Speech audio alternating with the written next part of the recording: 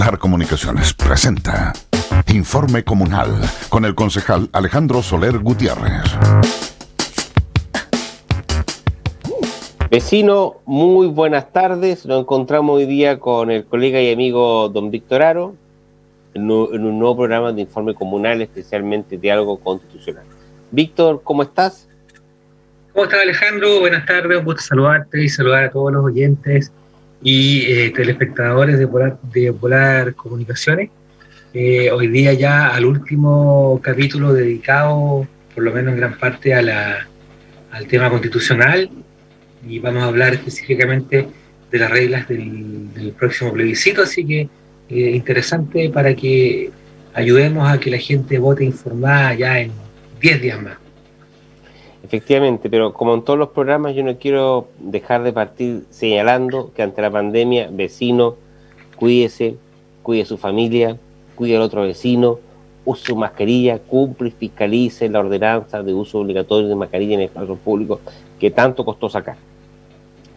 Hoy día vamos a hablar todo el programa sobre la Constitución de 1980, debido a que es el último programa de esta temporada, que hemos hecho 7 capítulos con don Víctor, donde hemos tratado de capacitar a la gente, informar sobre qué es la Constitución. Porque usted, vecino, cuando vaya a votar, tiene que ir informado, que sepa por qué vaya a votar. Yo voy a votar rechazo, don Víctor también tiene su opción. Cada vecino tiene libertad de votar como estime conveniente, aquí no obligamos a nadie, pero sí tiene que saber por qué va a votar. Y creímos con Víctor, cuando conversamos el inicio de esta serie de programas, la necesidad de comentar qué es la Constitución, qué normas tiene. Bueno, no puedo dejar de señalar de que el tema del COVID sigue estando preocupante la situación, ha mejorado un poco. Ayer hubo 99 contagiados, 72, pero reiterar las medidas de autocuidado que son importantísimas y destacar que el COVID es la primera prioridad para todas las autoridades, para todas las personas, para todos los vecinos, y lo tenemos sumamente claro. Pero vamos a hablar de la Constitución en estos 2 bloques, debido a que la próxima semana ya no vamos a tener programa, para no estar hablando de estos temas, estar encima de la elección, así que hoy día lo vamos a enfocar exclusivamente al tema de la Constitución, lo que nos queda, porque además, Víctor, que ya hemos revisado casi toda la geografía de la Constitución Política de la República. Por lo menos lo esencial, la parte de las bases de la institucionalidad, los derechos y deberes constitucionales. Hemos hablado de la administración y gobierno regional. Hablamos también del presidente de la República, del recurso de protección. Entonces la verdad es que nos quedan, bueno, hay una serie de organismos que no se van a alcanzar a ver, pero la verdad es que no con lo que hoy día vamos a tener un panorama bastante claro ya de todo lo que corresponde al ordenamiento constitucional. Exactamente. No vamos a mencionar el Poder Judicial, el Banco Central, las Fuerzas Armadas, sino que nos vamos a enfocar nos enfocamos en la cosa con más cercanía a los vecinos. Pues bien, hoy día vamos a hablar de 2 temas que tienen alguna vinculación bastante, y que son el Congreso Nacional y después las normas de la reforma constitucional y las normas que se incorporaron, que son la nueva Constitución. Vamos a partir hablando por el Congreso Nacional. El Congreso Nacional está en esta Constitución, en el capítulo 5, dice Congreso Nacional. El Congreso Nacional se compone de 2 ramas, la Cámara de Diputados y el Senado. Ambas concurren a la formación de las leyes en conformidad a esta Constitución y tiene las demás atribuciones que en ella se establece. Dice, composición y generación de la Cámara de Diputados y del Senado. La Cámara de Diputados está integrada por miembros elegidos en votación directa por distritos electorales. Antes nosotros éramos el distrito 60, ahora somos el 28. Claro. La ley orgánica constitucional respectiva determinará el número de diputados. los distritos electorales y la forma de su elección. La Cámara de Diputados se renovará en su totalidad cada 4 años. Con respecto... Sí, aquí dime. tenemos, ¿cierto? Nuestro sistema es de los sistemas llamados bicamerales. Vale decir que tenemos un Congreso Nacional que ejerce poder legislativo, ¿cierto? Y que está formado por 2 cámaras. Una es el Senado y otra la Cámara Alta. Esta es una regla más o menos general en Occidente, salvo algunas excepciones en que hay países que tienen una sola cámara, tienen un Congreso unicameral, llámese asamblea, no sé, o no, el nombre que pueda que se elija. Entiendo que Perú, por ejemplo, tiene en su última constitución, la nueva, tienen un Congreso unicameral. Venezuela también tiene una sola cámara. Sí, claro, pero digamos países que tengan un sistema más democrático. Claro. Venezuela no es ejemplo para nada. Pero además que, un paréntesis, también Venezuela también tiene una especie de bicameralidad porque tiene una asamblea constituyente. Claro, que se tomó atribuciones que no tenía.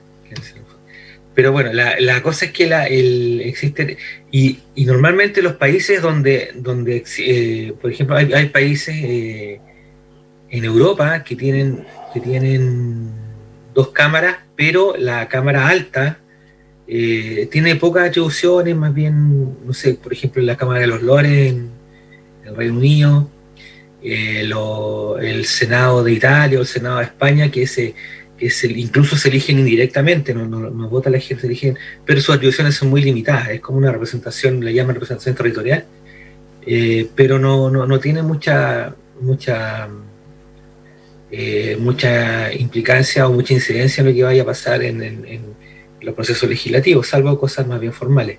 Pero en nuestro caso sí, existe un sistema de 2 cámaras, que esto viene desde un principio, desde la primera constitución, por lo menos la de 1822, creo, 23, viene este sistema de bicameral, en que tenemos una cámara que es la llamada Cámara Alta, que es el Senado, que es revisora, y que se eligen en una forma similar, se elige directamente, pero tienen diferencias en las atribuciones y en la forma de elegirse. Por ejemplo, y lo vamos a ver en la Cámara de Diputados, como se dijo, ¿cierto?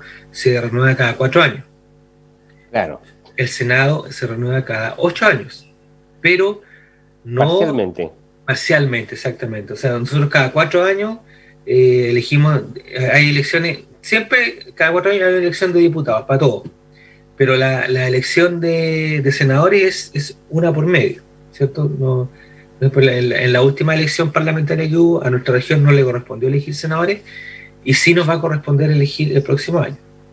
Exactamente, sí. Y el 2017, las regiones que eligieron esa vez no les toca ahora.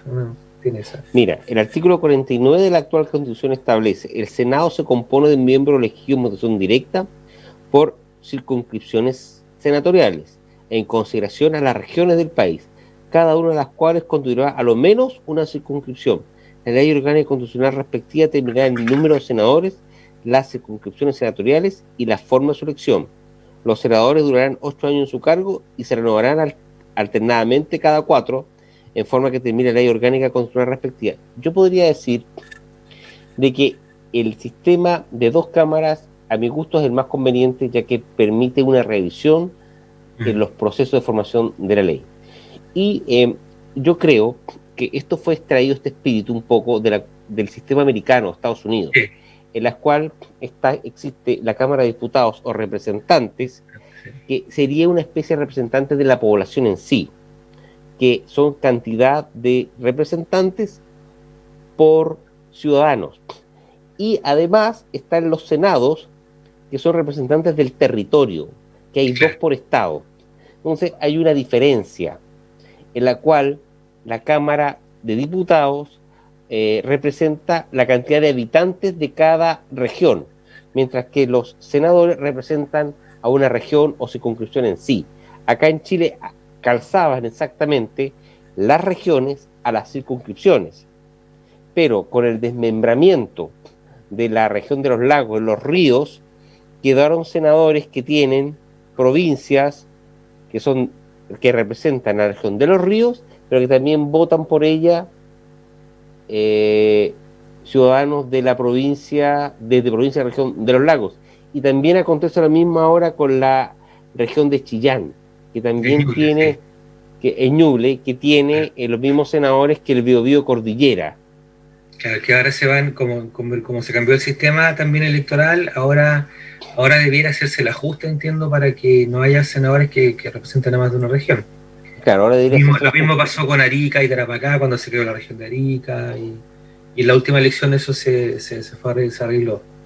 Ahora, claro, como dices tú, el sistema americano creo que sirvió de modelo en ese sentido, porque allá, no sé, los representantes o equivalentes a diputados nuestros depende de la población de cada estado. Un estado de Alaska debe elegir 2 diputados o 1, y California elige 40 o algo así. Pero ambos estados eligen 2 senadores, independiente del número de habitantes que tengan. Y aquí se quiso hacer una cosa similar, o sea, por eso hay una diferencia también entre... Y ojo que eso siempre ha sido así, porque no es una...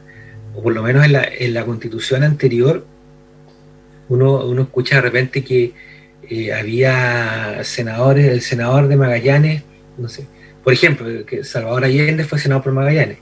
Pero era Chiloé, Aysén y Magallanes. Aysén y Magallanes, no era lo mismo. Ya, o sea, no coincidía la circunscripción senatorial con la de diputados. Que en ese tiempo tampoco eran regiones, éramos provincias. Eran provincias, pero los territorios son los mismos, ¿sabes? Pero eran provincias, claro. Entonces esa diferencia hoy día sí, desde el 90-96, los senadores de Magallanes son de Magallanes, no pertenecen a Aysén ni a Chiloé ni Comarán. Mira, después tenemos las atribuciones de la Cámara de Diputados. Según el artículo 52, ¿cuáles son las atribuciones? Fiscalizar los actos del gobierno, adoptar acuerdos o sugerir observaciones con el voto de la mayoría de diputados, los que transmitirá por escrito el presidente de la República. Citar a un ministro de Estado a petición de al menos 1/3 de los diputados en ejercicio, lo que se llama en las famosas interpelaciones, que fue obtenida o fue traída del régimen parlamentario, sí, y que produce efectos jurídicos que puede producir la destitución de un parlamentario, siendo que acá en Chile no es así. No es así, claro. No es así. Es una cosa importada que no se entiende mucho, no calza en el sistema nuestro. No pasa mucho el sistema nuestro. Se destituyen los ministros por las presiones políticas antes o después, pero no es un efecto de la interpelación misma la destitución. Incluso la figura ahora está un poco saturada, porque hay un exceso de interpelaciones a los parlamentarios que tampoco producen ningún efecto. Yo recuerdo las primeras interpelaciones que eran acontecimientos publicitados por los medios de comunicación, pero ahora una interpelación no tiene mayor efecto. Lo que produce un efecto sí es la acusación constitucional, que más adelante vamos a ver, que eso es otra cosa. Por ejemplo, la que le aconteció a Harald Beyer, a la Yanna Proboste. Claro. Eso produce un efecto.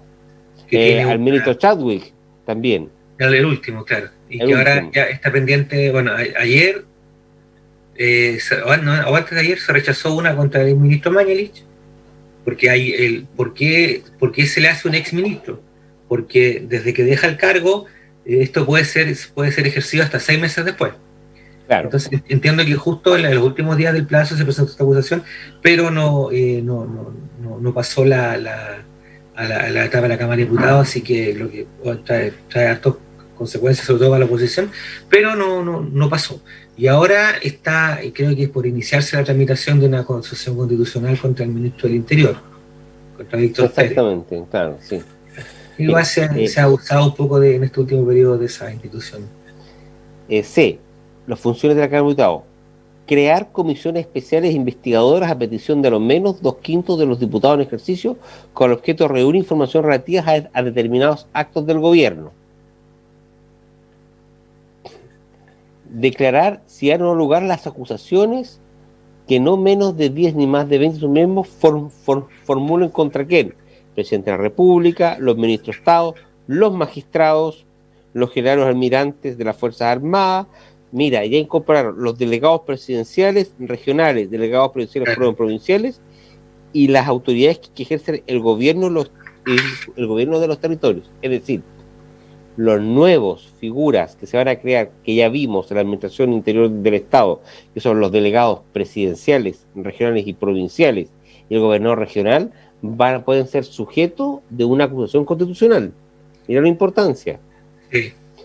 Es decir, en la futura figura de la administración interna, los parlamentarios de cada región van a tener esta herramienta a utilizar contra un gobernador regional, una acusación constitucional. Acá tenemos uno de los grandes controles que va a haber al poder del gobernador regional, es decir, los parlamentarios lo van a fiscalizar. Importante contrapeso administrativo y político. Después, tenemos podemos decir que las atribuciones de la Cámara de Diputados son dos. Participan en la formación de la ley, que ya vamos a ver, pero además su función básica o de esencia es el ente fiscalizador de los actos del gobierno. A diferencia del Senado, que también obviamente concurre a la formación de la ley, ambas son cámaras legislativas, pero el Senado no fiscaliza, no tiene facultades de fiscalizador. No, expresamente la Constitución se lo prohíbe. El Senado no puede fiscalizar. Los que fiscalizan son los diputados.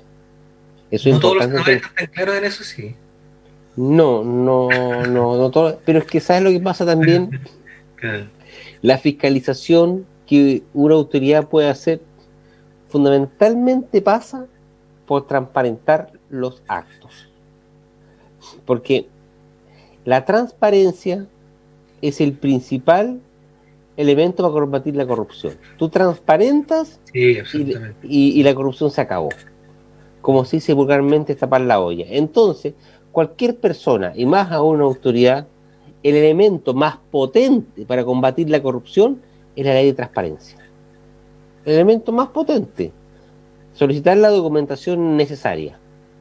Y por eso también yo le digo a los vecinos, si en algún momento usted tiene alguna duda sobre algún acto que haya utilizado fondos públicos, el elemento importante para partir la fiscalización es pedir la documentación por ley de transparencia. Ley de transparencia, claro. Sí, ese es el elemento clave. Ahí el servicio ¿Cómo? El servicio debe responder. El servicio debe responder, exacto. Así que, más allá de que la Constitución entregue al ente, la ley de transparencia es importante. Mire, yo como concejal, también nosotros como consejo tenemos en conjunto facultades fiscalizadoras. Por ejemplo, solicitar información al alcalde, a las municipalidades. Y la función individual del concejal, el principal elemento es la ley de transparencia. La ley de transparencia es una figura muy potente para fiscalizar la corrupción. Porque en el fondo aquí lo que hay que seguir es la corrupción. Ese es el tema a seguir. Bueno, ¿cuáles son las atribuciones ahora del Senado? Que son otras. Son atribuciones exclusivas del Senado, artículo 55, conocer de las acusaciones de la Cámara de Diputados establece con arreglo al artículo anterior. Es decir, conoce como Cámara Revisora las acusaciones de la Cámara de Diputados. Decidir si ha lugar a la admisión de acciones judiciales que cualquier persona pretende iniciar contra algún ministro de Estado. Conocer de las contiendas de competencia que susciten entre las autoridades políticas, administrativas y los tribunales ordinarios. Otorgar la rehabilitación de la ciudadanía. Prestar o negar su consentimiento a los actos del presidente de la República en caso de que la Constitución o la ley lo requieran, un término, una facultad amplia. Otorgar su acuerdo para que el presidente de la República pueda ausentarse del país. Declarar la inhabilidad del presidente de la República. Aprobarla por la mayoría de sus miembros en ejercicio la declaración del Tribunal Constitucional. Aprobar en sesión especial convocada al efecto con su voto conforme a 2/3 de los senadores en ejercicio la designación de fiscales judiciales de la Corte Suprema y fiscal nacional. Esto es lo que están cuestionados y tan dificultados han sido los nombramientos de los fiscales nacionales del Ministerio Público. Por este artículo es que se requiere la aprobación del Senado. Dar su dictamen al presidente de la República en los casos que lo solicite. Y esa sería específicamente las funciones del Congreso. No son tan potentes como la tiene la Cámara de Diputados, que tiene la facultad fiscalizadora, sino que esta es una Cámara más reflexiva, es una Cámara que tiene que ver más con la revisión de las cosas, con la votación de nombramiento de cargos, con las consultas que hace el presidente de la República. La Cámara de Diputados es una Cámara de más inquisidora. El Senado es una Cámara más reflexiva, más de consulta. Claro, por eso también existe esta diferencia en la duración de los periodos. La idea es que el senador no esté tan pendiente de la próxima elección, cosa que no siempre es así, pero que tenga digamos, un cierto tiempo, como dices tú, para, si la Cámara tiene que ser reflexiva, digamos, que la actitud de los senadores sea reflexiva. Eso es lo que se busca, digamos, con esta diferencia. Claro, y aquí podemos señalar de que aquí ya hay tres figuras. Está el Congreso, que es todo el conjunto, y tiene dos subconjuntos, o dos elementos que lo conforman, que es la Cámara de Diputados y el Senado. Y en conjunto forman el Congreso, que tiene la función de la formación de la ley. Porque estas dos cámaras tienen estas facultades, la Cámara de Diputados fiscalizadora y la otra consultiva, pero son su naturaleza propia. Pero además no se puede entender esta figura del Congreso sin la interacción de ambas en la formación de la ley. Es decir, se requiere la conjugación de ambas figuras para que el poder legislativo pueda funcionar. Claro, y eso se ve en la formación de la ley, en que en la tramitación de una ley puede partir en cualquiera de las dos cámaras, salvo ciertas materias muy, muy específicas, que por ejemplo las de reclutamiento y las tributarias entiendo que tienen que partir su tramitación en la Cámara de Diputados, y las de amnistía o indultos generales tienen que partir en el Senado. En lo demás, la tramitación de la ley puede partir en cualquiera de las dos cámaras. Pero siempre... Incluso también el presidente de la República mediante un mensaje. Claro, todo lo que tenga que ver con gasto público, con dinero, es de exclusiva iniciativa por mensaje presidencial.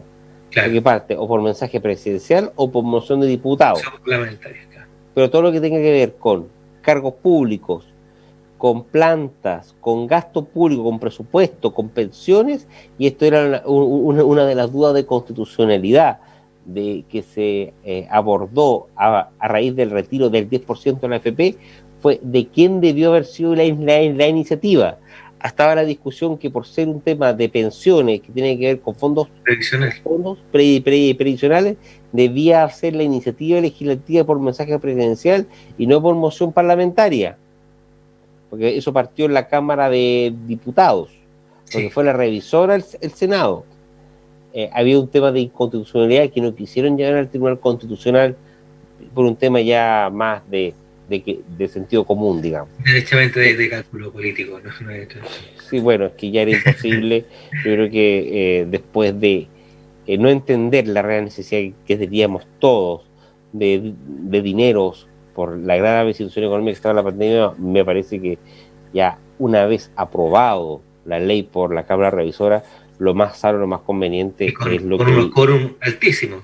Con los quórum altísimos era pagar a la brevedad y promulgar la ley y terminar con algo que no tuvo mucho sentido, la discusión. Bueno, ¿cuáles son las materias de ley?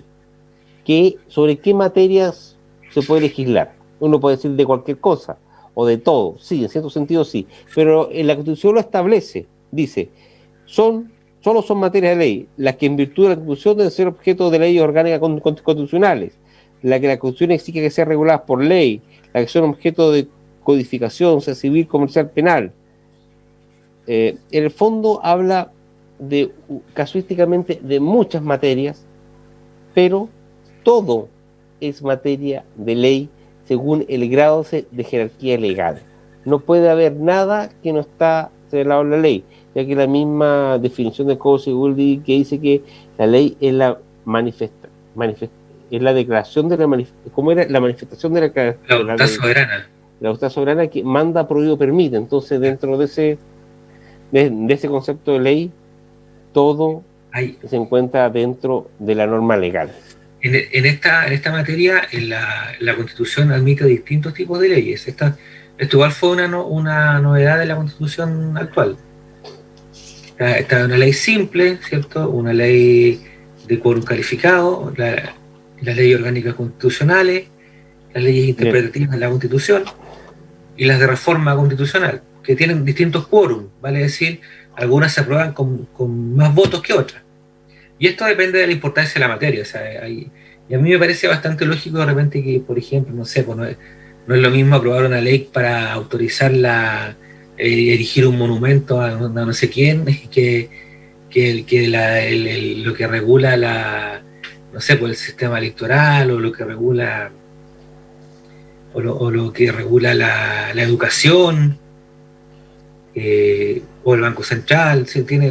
Ahí tiene que haber cierta diferencia. Si bien ambas son materias legales, no puede ser que por mayoría circunstancial de repente se puedan cambiar muy seguido cosas que deben tener cierta permanencia, que hay cierta estabilidad. Bueno, mira, en la conversación ya se nos fue el primer bloque. Vecino, no nos deje, vamos a continuar viendo el siguiente bloque, el último etapa de este programa, que tiene que ver con la reforma constitucional. Por favor, no nos abandone, ya volvemos. Gracias.